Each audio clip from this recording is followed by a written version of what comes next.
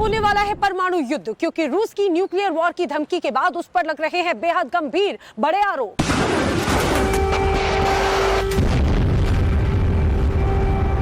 क्या महायुद्ध में महाखतरे की आहट सुनाई दे रही है, क्योंकि रूस की तैयारियों के बीच नाटो ने भी न्यूक्लियर वॉर एक्सरसाइज की है।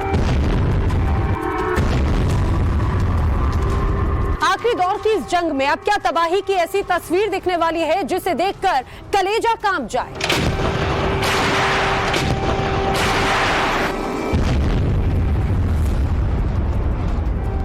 क्या जल, थल और नभ तीनों से होगा परमाणु अटैक, क्योंकि अमेरिका समेत कई देशों ने महाजंग के खात्मे से पहले की है वॉर एक्सरसाइज, जिसका डर है अगर वो हुआ तो पूरी दुनिया में तबाही आ सकती है। जलजला ऐसा आ सकता है जिसकी अब तक किसी ने कल्पना तक नहीं की है। महायुद्ध के बीच ऐसा मोड़ आ सकता है कि इसके आगे तबाही को बयान नहीं किया जा सकता। धुएं का गुबार पूरे आसमान को लील लेगा और धरती जल उठेगी।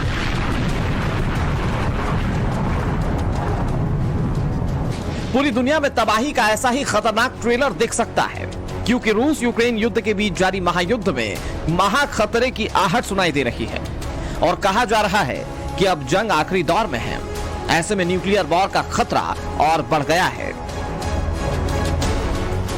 रूस के साथ जारी भयंकर जंग के बीच में यूक्रेन ने एक बार फिर ऐसे आरोप लगाए हैं जिसके बाद से न्यूक्लियर वॉर की टेंशन बढ़ गई है, क्योंकि यूक्रेन के रूस पर आरोप और नाटो की वॉर एक्सरसाइज की टाइमिंग एक ही है। इतना ही नहीं, बल्कि महायुद्ध में एक बार फिर से रूस और नाटो देश आमने सामने हैं। यूक्रेन ने रूस पर बड़े आरोप लगाते हुए कहा कि रूस ने उसके 2 यूक्रेनी नागरिकों को किडनैप कर लिया है। दोनों ज़ैपोरिज़िया न्यूक्लियर पावर प्लांट में काम करते थे। ज़ैपोरिज़िया न्यूक्लियर पावर प्लांट के ये दोनों बड़े अधिकारी हैं।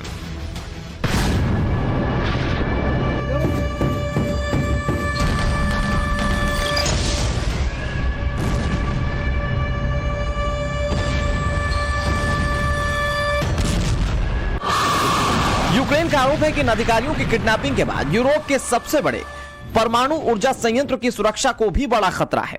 इसके साथ ही यूक्रेन ने इस मामले में इंटरनेशनल एटॉमिक एनर्जी एजेंसी का भी दरवाजा खटखटाया है।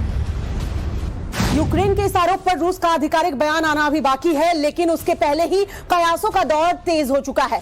तरह तरह के अंदेशे लगाए जा रहे हैं। कोई इसे आने वाले न्यूक्लियर वॉर से जोड़कर देख रहा है, तो कुछ ऐसे भी हैं इसे प्रोपेगेंडा स्ट्रैटेजी के तौर पर देख रहे हैं। आपको बता दें कि जंग के कुछ दिनों के बाद से ही यूक्रेन के ज़ैपोरिज़िया न्यूक्लियर पावर प्लांट रूस के कब्जे में है। यूक्रेन के ये गंभीर आरोप ऐसे समय में सामने आए हैं जब नाटो देश वॉर एक्सरसाइज में जुटे हुए हैं। इस वॉर एक्सरसाइज को नेपच्यून स्ट्राइक का नाम दिया गया है।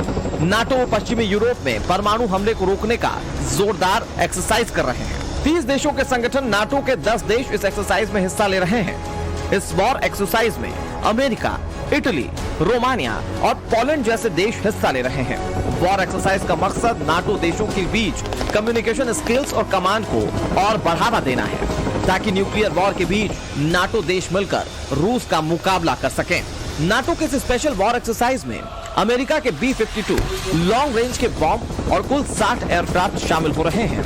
खास बात यह है कि ये एक्सरसाइज तब की जा रही है जब कई देशों ने इस ड्रिल को ना करने की अपील की थी, लेकिन नाटो ने सभी अपीलों को खारिज कर दिया। नाटो का कहना है कि पुतिन की परमाणु लड़ाई की धमकी के बाद अब ये वॉर ड्रिल बेहद जरूरी है। एक तरफ नाटो वॉर एक्सरसाइज में जुटा हुआ है, दूसरी तरफ रूस ने भी बड़ी तैयारियां की हैं। रूस ने बेलारूसी लड़ाकू विमानों को परमाणु मिसाइलों से लैस करने की धमकी दी है। रूस के इस धमकी से यूरोपीय देशों में डर और गहरा गया है। इस डर का सबसे बड़ा कारण यह है कि बेलारूस एक गैर परमाणु देश है, यानी ऐसा देश जहां परमाणु हथियार नहीं है।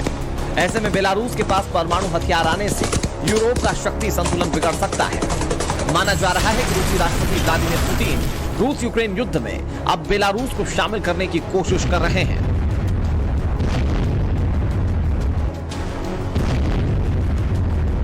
बता दें कि रूस के इस बयान के एक दिन पहले ही बड़ी संख्या में रूसी सैनिकों और युद्ध के साजो सामान को बेलारूस भेजा गया है ट्रेन के माध्यम से। रूस ने इसे रक्षात्मक कार्रवाई बताया है, लेकिन जानकार कहते हैं कि जंग का ये एक एडवांस प्लानिंग का एक बड़ा हिस्सा हो सकता है और अब जंग में कभी भी बेलारूस की एंट्री हो सकती है। और बड़ी बात यह है कि मार्च के महीने के बाद पहली बार रूस ने सैनिक और साजो सामान बेलारूस भेजा है। यूक्रेन के साथ रूस की महाजंग जारी है। इस बीच रूस ने अपनी ओर से साफ कर दिया है कि अगर उसके और यूक्रेन के बीच कोई भी आया तो अंजाम विनाशकारी होगा। एक्सपर्ट्स मानते हैं कि अगर न्यूक्लियर जंग हुई तो इस विनाश में पूरी दुनिया झुलसेगी। यानी अगर परमाणु बम का ट्रिगर दबा तो विनाश नहीं, सर्वनाश भी हो सकता है। Bureau report, times now, Navbharat.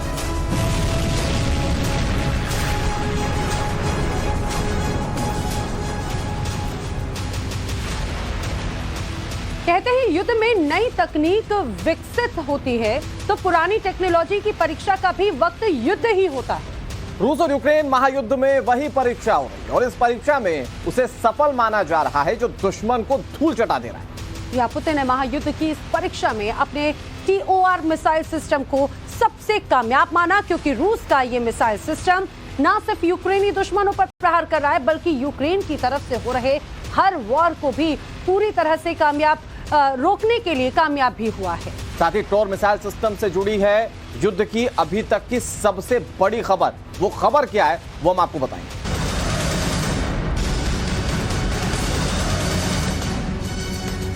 तो खबर ये कि रूस यूक्रेन युद्ध से जुड़ी हुई जो बड़ी अपडेट है वो खबर ये कि टोर मिसाइल सिस्टम को जबरदस्त कामयाबी मिली है। यूक्रेनी हवाई हमलों को नाकाम किया गया है।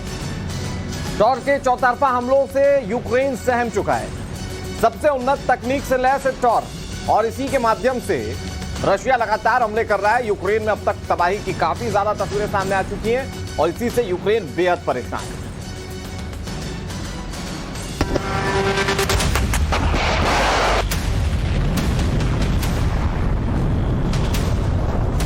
एक वॉर और एयरप्लेन पूरी तरह से तबाह।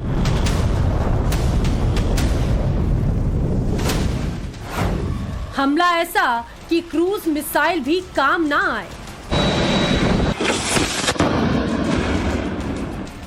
जंग के मैदान में वो है UAV का काल।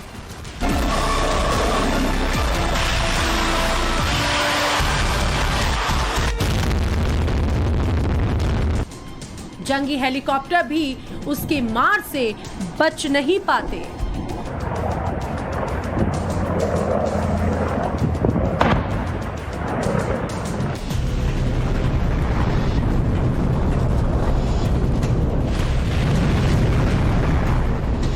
बस देखते जाइए इन तस्वीरों को। जंग के मैदान की ये तस्वीरें हैं जिन्हें देखकर आपका कलेजा कांप जाएगा। बम बारूद के बीच से आई ये तस्वीरें बता रही हैं कि रूस यूक्रेन के बीच जारी महायुद्ध का क्या हाल है। इस जंग में ऐसे ऐसे हथियारों का इस्तेमाल किया जा रहा है जिसके बारे में अब तक लोगों ने बस सुना ही था।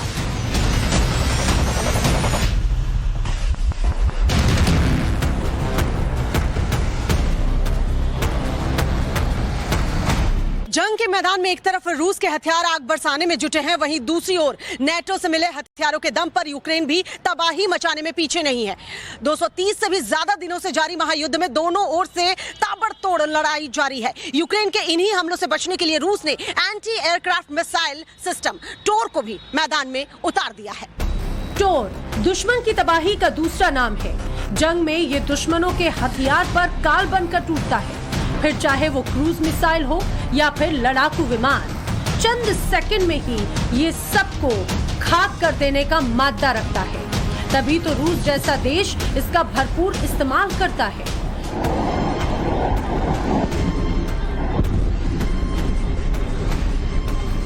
टोर एक एंटी एयरक्राफ्ट मिसाइल सिस्टम है।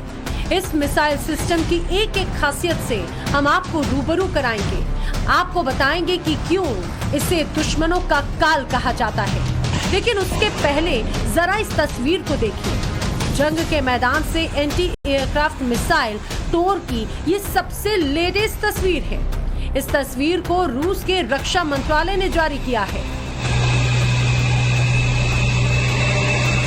जंग के मैदान में एंटी एयरक्राफ्ट मिसाइल टोर जहां दुश्मनों के लिए तबाही का नाम है, वहीं दूसरी ओर ये रूसी सैनिकों को रक्षा कवच भी प्रदान करता है। एक तरफ जहां ये दुश्मन के हथियार और ठिकानों पर चौकस नजर रखता है, वहीं दूसरी तरफ उन्हें मार गिराने के लिए भी तत्पर रहता है। इसकी खासियत ही इसे बाकी एंटी एयरक्राफ्ट मिसाइल सिस्टम से अलग बनाता है। जंग के इन हालातों के बीच रूसी रक्षा मंत्रालय ने यूक्रेन पर मनोवैज्ञानिक दबाव बनाने के लिए टोर एंटी एयरक्राफ्ट मिसाइल सिस्टम की तस्वीर जारी की।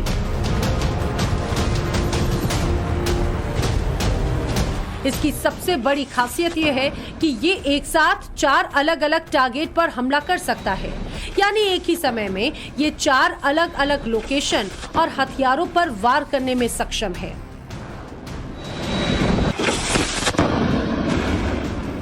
रशियन डिफेंस मिनिस्ट्री ने जो तस्वीरें जारी की उसे गौर से देखिए। यहाँ एक फौजी टोर डिफेंस मिसाइल सिस्टम के अंदर में है और यहीं से वो टारगेट सेट करने में जुटा है। कमांड मिलने के साथ ही ये फौजी बटन प्रेस कर देता है और फिर दुश्मन के ठिकानों को तबाह करने के लिए एंटी एयरक्राफ्ट मिसाइल टोर निकल पड़ता है।